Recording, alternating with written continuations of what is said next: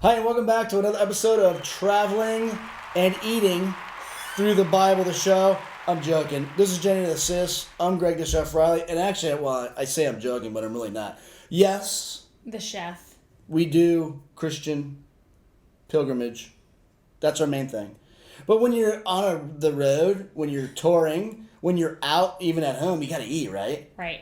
And what better place than Italy? The best ever. It's a great tour. It's an 8-day program you can start out with, which is day-wise is a great day. It keeps the expense down. And from there, you can now add in Greece, you can add in Israel, or you can add in other extensions in Italy. Doing north, doing the south. There's a bunch of things you can do with the Italy program. It's great. You know, do you have a video on it? I do. I love videos. You know what? Let's watch it now. We'd like to talk to you just a little bit about an exciting journey in Rome and south of Italy, an incredible biblical journey. Honey, why did you decide to begin to focus on the southern part of Italy to study the New Testament? It was clear to me that in a very short distance between Puteoli and Rome, you can really depict the world of Paul. What are the group leaders and other evangelical visitors that are coming on the programs now telling you about their experience here? They are completely amazed about the difference. You know, the guys who are able to compare apples to apples, who have been here before, and who have, the approach is completely different. That's what makes them really enjoy that experience, and it goes inside. It's internalized. It's not just seeing and talking about it. It's not only the beautiful country, but it's also the messages in the New Testament. In my opinion, if you want to understand the progression of our faith from its roots, you really have to do two countries. And I am very confident about this.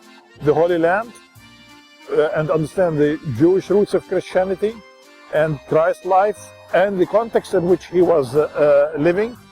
And then come to Italy, because in my opinion, most of us are really practicing various shades of Pauline Christianity, and it's Rome. But it makes you understand Paul and his writings in a much more dynamic way, in my opinion, than just reading it. It's like I say, it's an aha experience.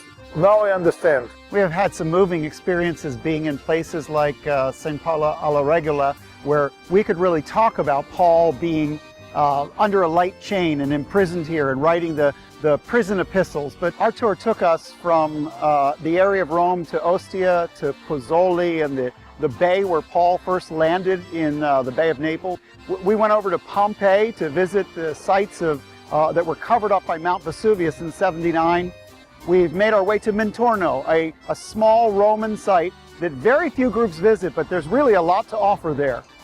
We stayed in a mansio, one of the types of inns from the New Testament period.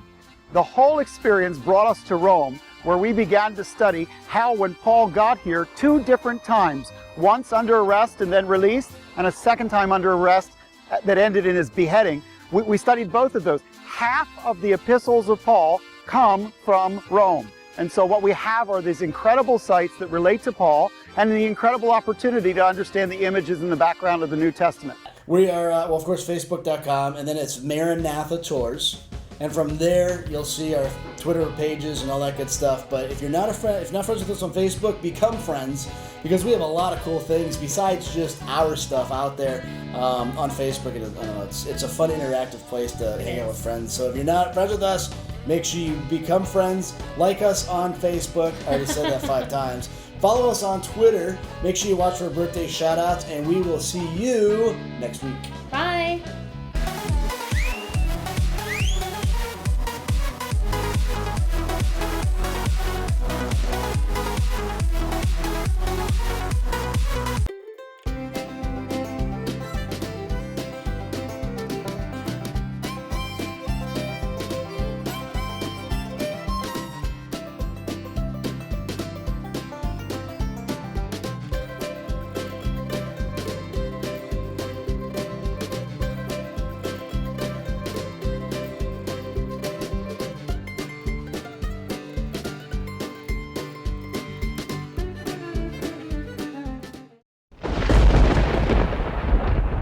See ya!